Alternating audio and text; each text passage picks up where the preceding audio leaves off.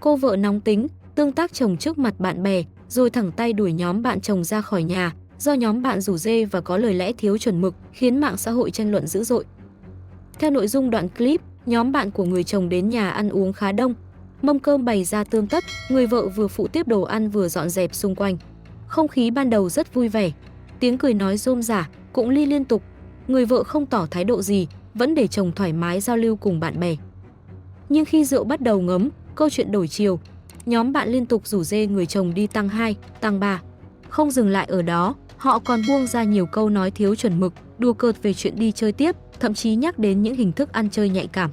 Những lời đó có thể với người nói chỉ là đùa cho vui, nhưng với người phụ nữ đang đứng gần đó, từng câu từng chữ đều rất khó nghe. Người vợ ban đầu vẫn cố nhịn, chị nhắc khéo chồng, anh uống vậy đủ rồi, mai còn công việc. Nhưng nhóm bạn vẫn tiếp tục chọc ghẹo, nói bóng gió rằng đàn ông mà bị vợ quản thì mất vui. Không khí bắt đầu trùng xuống, người chồng có vẻ lúng túng, không dứt khoát từ chối cũng không đứng ra bênh vợ. Và rồi đỉnh điểm xảy ra. Khi nhóm bạn tiếp tục hô hào đi tăng 2, tăng 3, người vợ không kiềm chế được nữa. Chị lớn tiếng ngay tại bàn nhậu, yêu cầu chấm dứt cuộc vui tại đây. Lời qua tiếng lại căng thẳng, trong lúc bức xúc, người vợ bất ngờ tương tác luôn ông chồng khiến cả bàn nhậu im bặt. Hành động diễn ra rất nhanh, khiến những người có mặt không kịp phản ứng. Một số người đứng dậy can ngăn. Không khí lúc đó không còn là nhậu nhẹt vui vẻ nữa mà là sự ngượng ngập và căng thẳng bao trùm. Người vợ tuyên bố thẳng, mời đến nhà ăn uống tử tế mà rủ chồng người ta đi tăng 2 tăng 3 rồi nói chuyện vô văn hóa như vậy thì từ nay cấm cửa, không có lần sau. Điều đáng chú ý là phần đông ý kiến tỏ ra đồng tình với người vợ. Nhiều chị em phụ nữ không ngần ngại bày tỏ sự ủng hộ, cho em gái 1000 điểm luôn, chưa bao giờ mong cái bát nó bay đúng điểm như này, nội dung này thật luôn, chúa ghét kiểu nhậu xong rủ dê đi này nọ. Có người còn chia sẻ rất thật, ai ở trong hoàn cảnh này mới hiểu được, vì thấy hình ảnh mình ở trong đó nên rất hiểu. Một số người còn tự hào riêng khoản bia rượu thì tôi tự hào về chồng tôi á, còn bạn bè em út thì rất nhiều. Hay a chồng kia thương vợ ha, vô miếng men vẫn không đánh vợ. Đàn ông phải thế, cho 100 điểm. Ở đâu? Đây. Bạn biết thằng Bắc không? Đấy, nó mới chuyển quân nhân viên miền Tây. Bạn tôi chung ở đi tranh. Bạn đi không? Tôi cũng thích miền Tây bạn. Thì thế đi luôn. Đi luôn. Mấy đứa con nghe hả? Thì đi luôn. Tôi mời em luôn. Không, cái đi miền Tây luôn. Anh nào nói chuyện. Đi xe rồi đi đâu nữa? Nhà đâu có xe rồi đi đâu nữa? Một anh đi ăn về chứ. Anh về cái gì? Nhà ăn non đánh phở rồi đi nữa. Miền Tây bạn biết rồi chứ. Anh ở nhà mà cho con ngủ đi, con theo anh đây. Đâu đấy giờ. Đâu thì mấy anh cứ rủ anh ấy đi chứ có bạn cần đi. Rủ anh ấy đi chứ có bạn cần đi. Nói nhiều anh em đi đâu đi thôi tôi. Anh em đi nào như tôi. Mấy anh em đi chứ, dạo này tôi ở nhà. Bạn đi à? Cá nó mỏi, Tôi đi này thì mặt nó. Đi cho vui. Tôi bao giờ quay đi đấy. Rượu chè rồi, uống say rồi không ở nhà đi. Tôi đi đâu vậy thôi. Con đi theo anh Đâu đấy ăn đi chơi. Anh là anh phải nói nhỉ? Cho đi ông. Cho ngày tôi đi mặt tôi cá nó mỏi. Xem vợ bạn như nào nói chuyện với cô lao nó càng tức kệ. Kệ mẹ nó. Anh kìa bây giờ anh nói chuyện kiểu con chồng em là đấy, đừng có chuyện đấy. Dạo này tôi nhìn mặt nó tôi chán rồi thì anh em đi đâu lại quay tí. Ba cái tiếng hiểu mà, suốt ngày đầu dây nhau. Tôi hiểu bà đến mặt này con là bà biết cái giáo rồi. Tôi biết cái đéo đâu. Đấy được.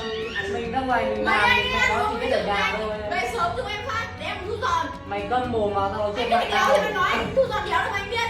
Tao đang nói chuyện bạn tao liên quan đéo mày. Em mà đã say rồi không đi đâu đâu, ở nhà không đi đâu. Ở nhà không em đi. Tôi đi mà bạn không đi đi đúng không? Đi luôn cái tắc chiều thôi nhá. Lâu lắm rồi tôi đi đâu. Ta đi đâu? Ta đi đâu? Đi như Cái con bồ này cứ hoang hoang. tôi đi đâu mà mày quản được. Tôi đi đâu đâu. Đi đâu đi về. Tôi gọi đi. Tôi Em bảo là uống xong thì ở nhà không đi đâu hết. mẹ tao đi đâu liên quan. Anh nói chuyện với tao, mày nói chuyện với tao gì đấy? Tao nói chuyện mày kiểu thế là mày vấn đề đéo. Mày đừng cứ xí bạn bè mày không đi về chúng tao thế à? Ở chiều ngược lại, cũng có không ít ý kiến cho rằng cách hành xử của người vợ là thiếu kiềm chế. Một bình luận gay gắt, cháu gái nói tục như thế, xử với chồng trước mặt bạn bè vậy không hiểu các bạn nữ bình luận thấy hả hê hay lắm sao mà còn cổ vũ. Có người lo ngại, gặp ông nóng tính nữa thì khổ thêm, thân con gái chân yếu tay mềm. Và cũng có ý kiến cho rằng mâu thuẫn nên giải quyết riêng tư, không nên làm chồng mất mặt giữa bạn bè. Vậy rốt cuộc, ai đúng ai sai? Câu chuyện này không chỉ dừng ở một bữa nhậu mà phản ánh mâu thuẫn âm ỉ trong rất nhiều gia đình, ranh giới giữa tình bạn và trách nhiệm gia đình nằm ở đâu. Với nhiều người đàn ông, bạn bè là một phần không thể thiếu. Những buổi nhậu là dịp xả stress, gắn kết anh em. Nhưng khi đã có gia đình, mỗi cuộc vui đều cần đặt trong giới hạn. Đi tăng 2, tăng 3 nghe thì đơn giản, nhưng phía sau đó là nỗi lo của người ở nhà. Lo vì chồng say xỉn, lo vì ra đường khuya dễ xảy ra va chạm, lo vì những cám dỗ không đáng có. Như một bình luận rất thực tế, chưa kể xỉn rồi ra đường lỡ có tai nạn thì đám bạn đó lo hay vợ lo. Ở góc nhìn của người vợ, phản ứng mạnh mẽ có thể xuất phát từ sự dồn nén. Có thể đây không phải lần đầu chị phải nghe những lời rủ rê như vậy. Có thể trước đó chị đã nhiều lần nhẫn nhịn, khi sự chịu đựng vượt quá giới hạn, bùng nổ chỉ là vấn đề thời gian. Và trong khoảnh khắc ấy, chị chọn cách bảo vệ gia đình theo cách mình cho là đúng, dù phải đối mặt với ánh nhìn của người khác. Tuy nhiên, cũng cần thẳng thắn nhìn nhận, cách thể hiện thái độ rất quan trọng. Việc to tiếng trước mặt bạn bè dễ khiến người chồng cảm thấy bị tổn thương tự ái. Đàn ông nhiều khi sống vì sĩ diện, bị nhắc nhở giữa đám đông có thể khiến họ phản ứng ngược. May mắn trong clip, người chồng không có hành động quá khích. Câu chuyện này cũng đặt ra vấn đề về văn hóa nhậu nhẹt. Không ít người bày tỏ sự khó chịu với kiểu ăn nhậu nói nhảm rồi còn bia ôm các thứ. Thực tế, nhiều cuộc vui bị đẩy quá đà chỉ vì vài lời khích bác. Tâm lý đàn ông với nhau, không đi là không nể mặt vô tình trở thành áp lực. Trong khi đó, người phải gánh hệ quả thường là gia đình. Bạn bè tốt là bạn bè biết điểm dừng. Đến nhà bạn nhậu, ăn uống xong còn rủ rê đi tiếp, lại thêm lời lẽ thiếu tế nhị, rõ ràng là thiếu tôn trọng chủ nhà.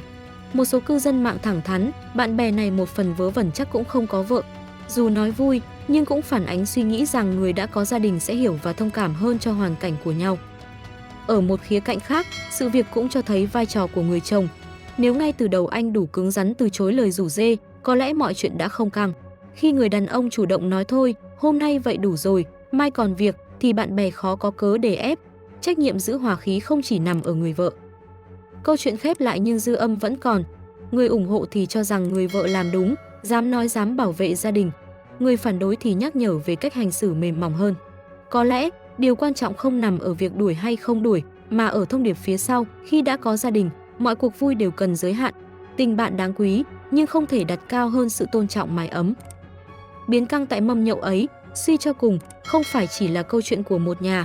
Nó là tấm gương phản chiếu rất nhiều bữa tiệc ngoài kia, nơi chỉ cần một câu rủ rê thiếu suy nghĩ cũng đủ làm giãn nứt không khí. Và có lẽ sau đoạn clip này, không ít người sẽ tự hỏi, nếu mình ở trong hoàn cảnh đó, mình sẽ làm gì? Im lặng cho qua chuyện, hay lên tiếng để giữ lấy điều mình cho là đúng? Cảm ơn các bạn đã quan tâm theo dõi. Đừng quên đăng ký kênh Tin Hôm Nay để xem nhiều tin tức hơn nha.